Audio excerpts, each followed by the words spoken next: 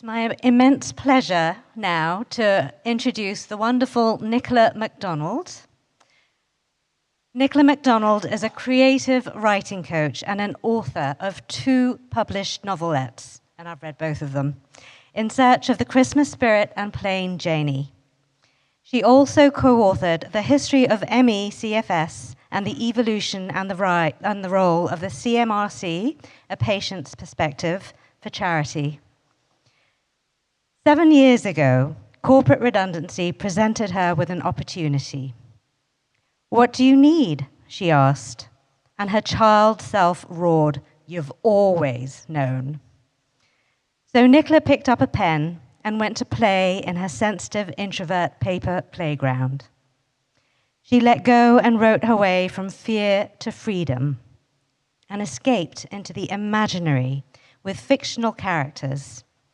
In her one-to-one or writing workshops, Nicola is on a mission to coach sensitive and introverted entrepreneurs swing into action, slide into the imaginary or reality, process thoughts whirring around, and climb to the summit with the who, what, where, when, and how of their stories, exploring their very own paper playground. Please welcome Nicola to the stage.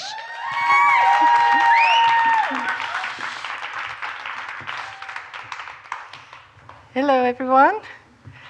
I wrote the bit about it's really lovely to be here, and I wasn't actually sure whether that was going to be true, but it actually really is. After watching everybody, it really is. You're sitting comfortably, yeah?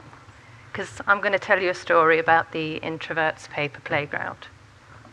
A long time ago, there was an eclectic mix of music in our house growing up.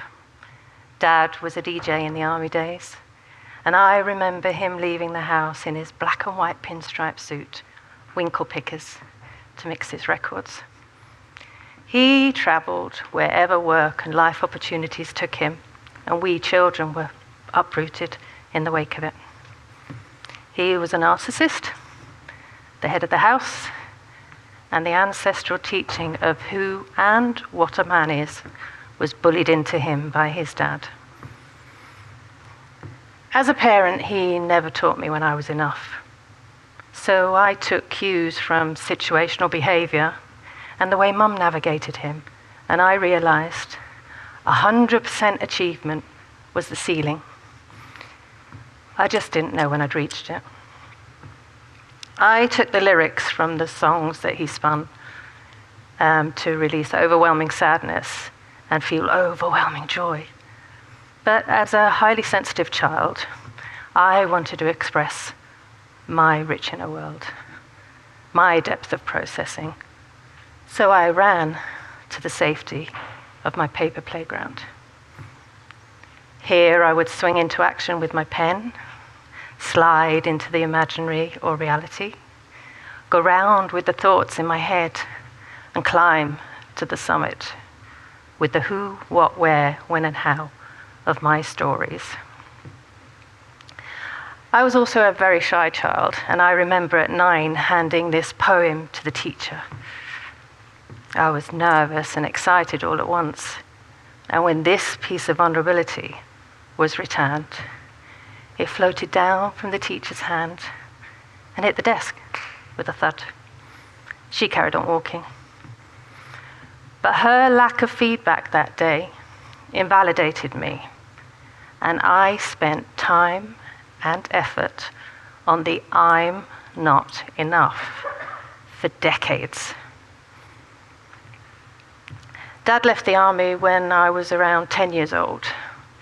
We went to a German school, or one of many. We were fluent in around 3 months. I carried on writing for me, but I chose academia over creativity because it was expected and accepted. And after all, that poem at 9 was shit, wasn't it? Well, fortunately, the adult self knows that the teacher was not responsible for my limited self-belief and my low self-esteem. My upbringing taught me that girls and women must prove themselves to be as capable as men. and society only went and reinforced it.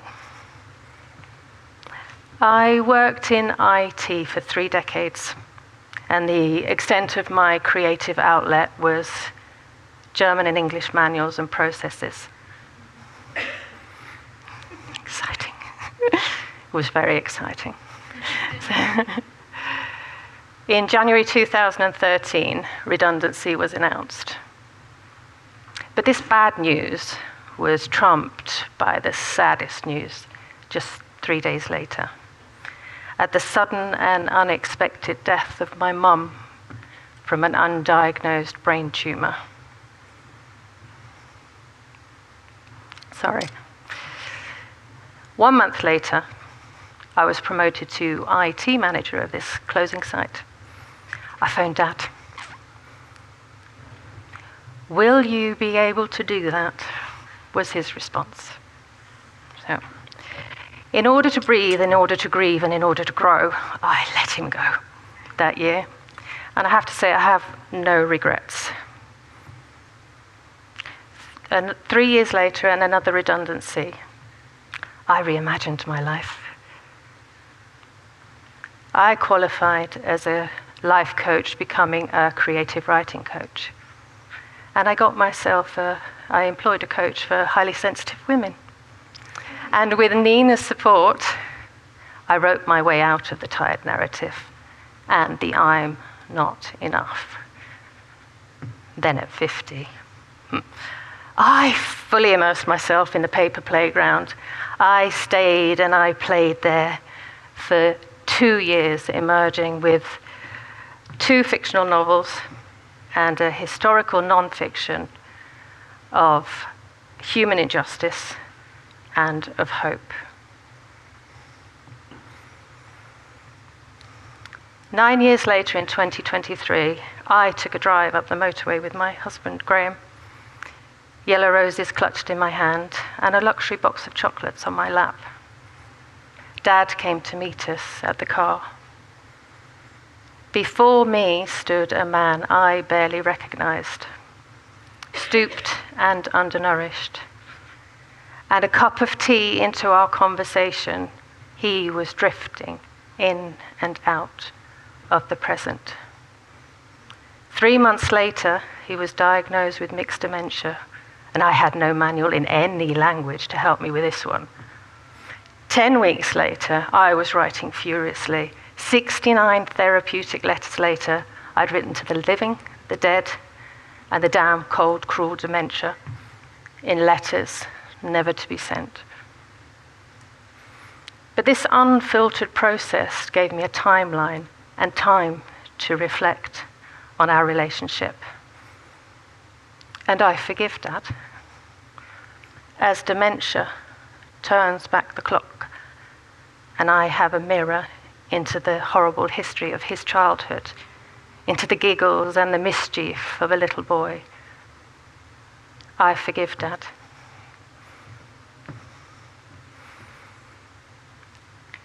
When I packed up Dad's life and he went into a care home,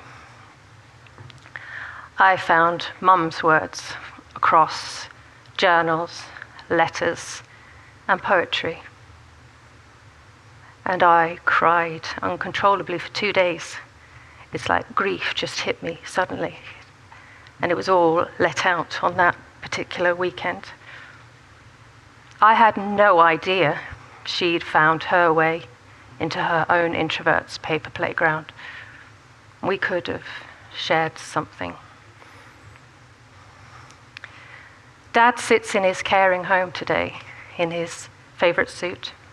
He plays the piano, and he's waiting for Mum to bring him home.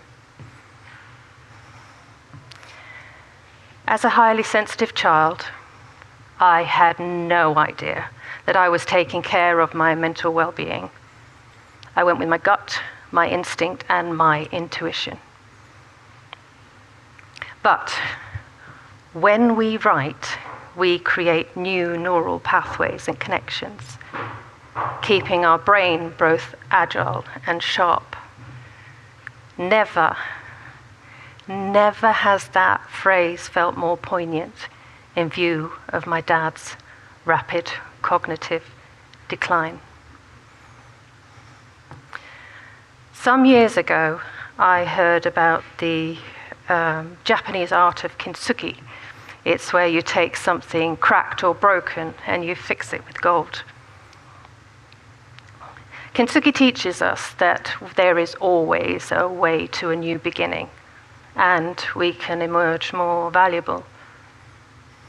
And it reminds me, and it continues to remind me, that actually without the cracks, how does our light shine through? Golden opportunities present when we heal from our wounds. To my wise child self, thank you, but I'm going to take it from here. Introverts are naturally introspective and need alone time. Highly sensitive people have big emotions because we're constantly processing the subtle nuances in our environments, and we need somewhere to play with our thoughts. You don't have to be grammatically perfect. You don't need to be a spelling bee. You are all the masters of your own stories. So what stories are you carrying?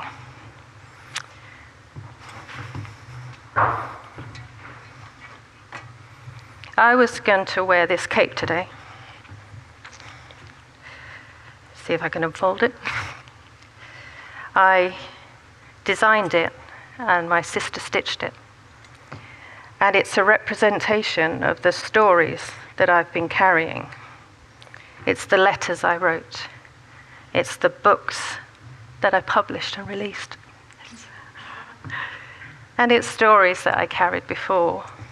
But it occurred to me, just a couple of days I was speaking to me, that actually I don't want to carry this anymore. These are yesterday's stories. I don't want the weight of it anymore, so I'm letting go. I'm letting go with kindness and thanks for the learning and the gratitude.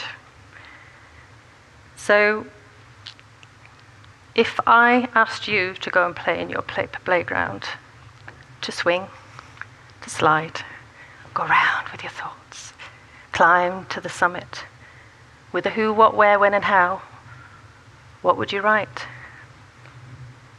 Are you carrying the weight of the stories of the past? Or do you just want to go and have fun in the imaginary?